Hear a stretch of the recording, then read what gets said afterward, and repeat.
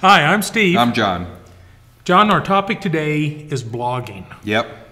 And I could hear the shiver run through the audience talking about blogging if they've never blogged. What is blogging? Well, blogging is basically keeping a diary online, a very public, very visible diary online. Blog is short for weblog, and really it all started with people who were comfortable online just starting to blog about their daily life, but it's really become a very powerful way of communicating with people in a very candid, personal way. Okay, so I'm a business owner, and I'm creating my website, and now you're telling me you need to blog. What in the world am I going to say? Well, you're going to start off with trying to answer questions that you get regularly, especially the ones, I mean, let's think about a dry cleaner, for example. You're a dry cleaner. You do a lot of business just getting stains out and stuff like that.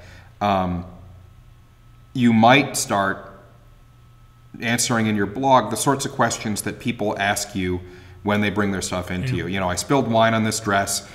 What should I put on the dress right away? You know, what should I use? Club soda? Should I pour milk on it? What's it going to take? Now, you're still going to answer those questions every day when people come in, but maybe you're going to get a better result when the people bring in that stuff and they saw it online and did pour club soda on it or whatever would actually work. Okay. And you might blog about that. Right.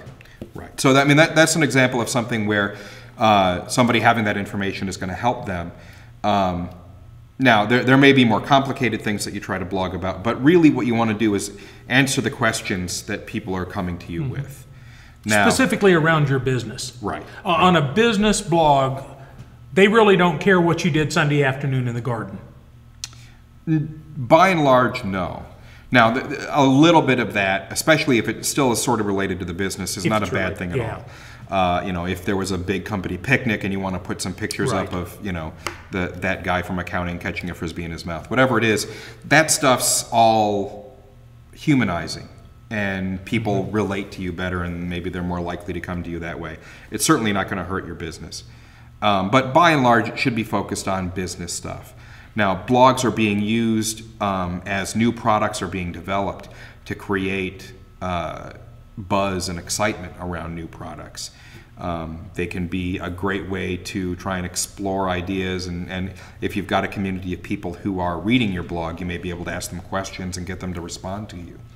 Okay, So, John, but if I'm reading a blog and all I hear about are this company's products and I'm not learning anything, finding anything interesting, I'm going to quit coming back.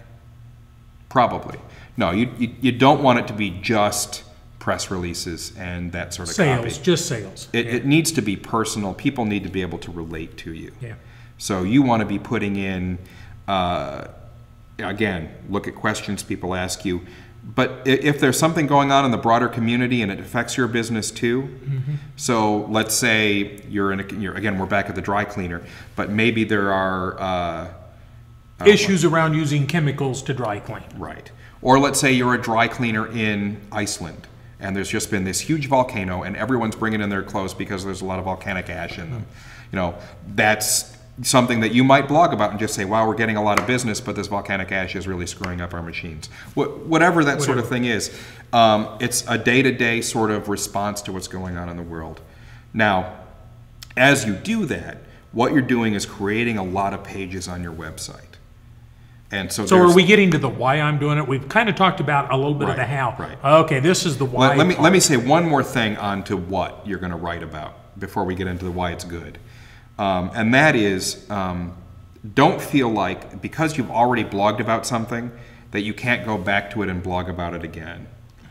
Now, this is one of those sort of conceptual things that a lot of people worry about. It's like, if I've already written about pouring club soda on a dress, do I really want to write about that again?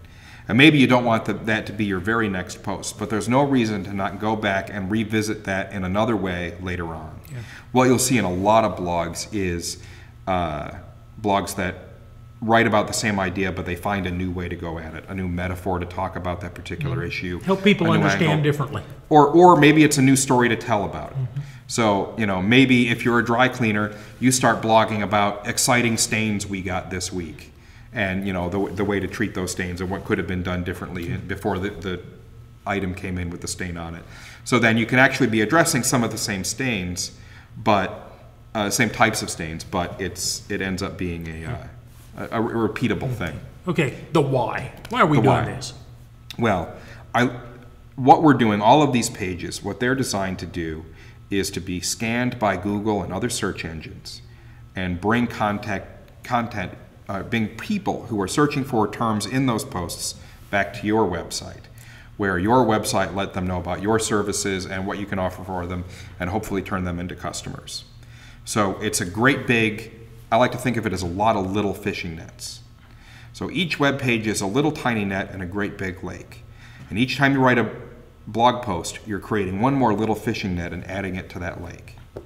Now, in the old days, we used to be able to make great big fishing nets and try and catch the whole lake, but that's not so possible anymore. So it's all these little fishing nets. So I Google how to get wine out of a dress. Right. And it comes to your website, and you become the expert to me. Right. Right. And if I happen to be in the same community with you, right, now you get my business. Hopefully, because what you've seen is I'm an expert. I know how to do these things. I'm generous. I'm willing to give that information out, and I'm willing to share. And maybe you saw the pictures from the picnic and you want to come in and see if you'll meet the guy who got the Frisbee in his mouth. Okay. And if I'm not selling something locally, if it's something that's deliverable anywhere in the world, then it doesn't matter if I live in your community. No, not at all. And so all of a sudden I've got business around the world. In fact, we see that all the time, don't we? We really do. Well, there's all kinds of niche opportunities for small businesses to reach out to people all over the world. Yeah.